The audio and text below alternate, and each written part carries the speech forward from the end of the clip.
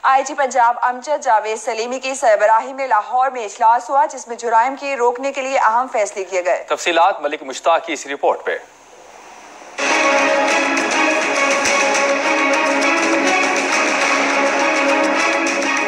IG Punjab Amjad Javed Salimi की सरबराही में Lahore central office में वीडियो लिंक RPO कॉन्फ्रेंस मुनक्किद की गई, जिसमें जराइम को रोकने के लिए अहम फैसले किए गए।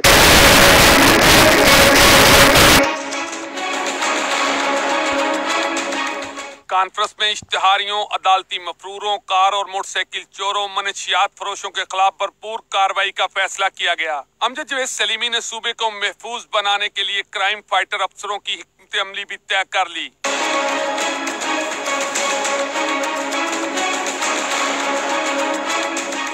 चोरीशुदा गाड़ियों के दूसरे सूबे में मुंतकिली रोकने के लिए सरहदी चौकियां फाइल की जाएंगी। इसी हवाले से तमाम फील्ड अफसरान एक दूसरे से राब्ते में रहेंगे।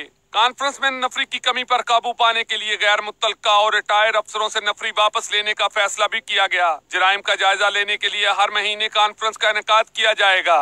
मलिक मुश्ताक, 7 न्यूज़, लाहौर। अब बात करते हैं कराची